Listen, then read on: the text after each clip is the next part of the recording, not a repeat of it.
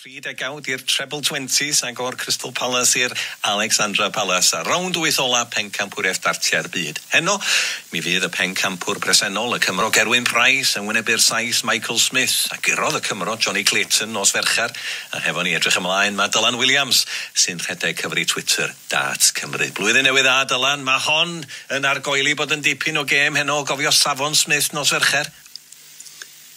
Bore da, blwyddyn newydd a Dylan. Odi. Fydd Gerwyn yn llwyr ymwybodol o'r dasg heno.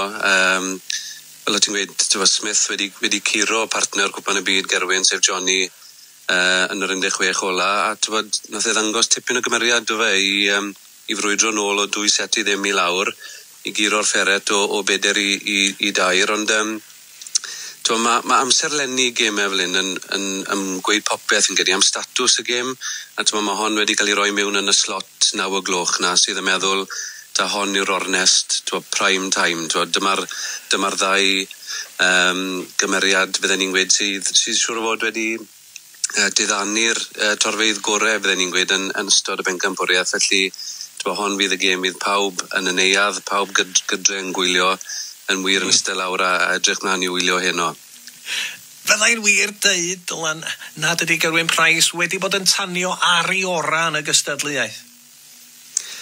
Na, fydden ni'n cytuno. Dwi ddim bod ar ei orau. Stym wir rhaid i fe wedi bod ar ei orau. Mae'n rhywun sydd yn dechrau'n araf, sydd yn gallu fod yn broblem, a gallu fod yn tipyn o broblem erbyn Smith heno, achos mae Smith yn geffil blaen da, felly bydd rhaid i Gerwyn i ddechrau'n gyflym mwyn rhoi pwysau ar Smith. Ond i feddwl y flwyddyn mae Gerwyn wedi cael, mae yn aml jyst yn dod trwy'r rowndiau cyntaf yma, ond pan mae'n dod i'r business end, fel maen nhw'n galw y rownd gynderfynol, y rownd derfynol, prynu ti'n gweld Gerwyn yn dod i fywyd, a fi'n gweld e'n dechrau twymo i'w dasg nawr, fel nerbyn Dirk van Dijven bod noswaith o blaen, dechrau sigledig, ond ar ôl hynny wedyn, yn ennill 12 legor bron, dyna be mae pencampwyr yn neud, maen nhw'n ffindio ffordd pan mae wir angen.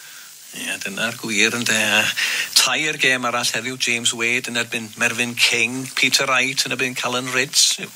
Enw addas ar ddwrnod cynta'r flwyddyn, Callan yma, Luke Humphries a Gary Anderson. Gawn ni weld sut mae'n mynd, ond mi fydd na ddigon o gyffro yn yr Ali Pali heno, dos am dwywaith am hynny. A diolch am y sgwrs, Dylan, a phob dymuniad da yn 2022.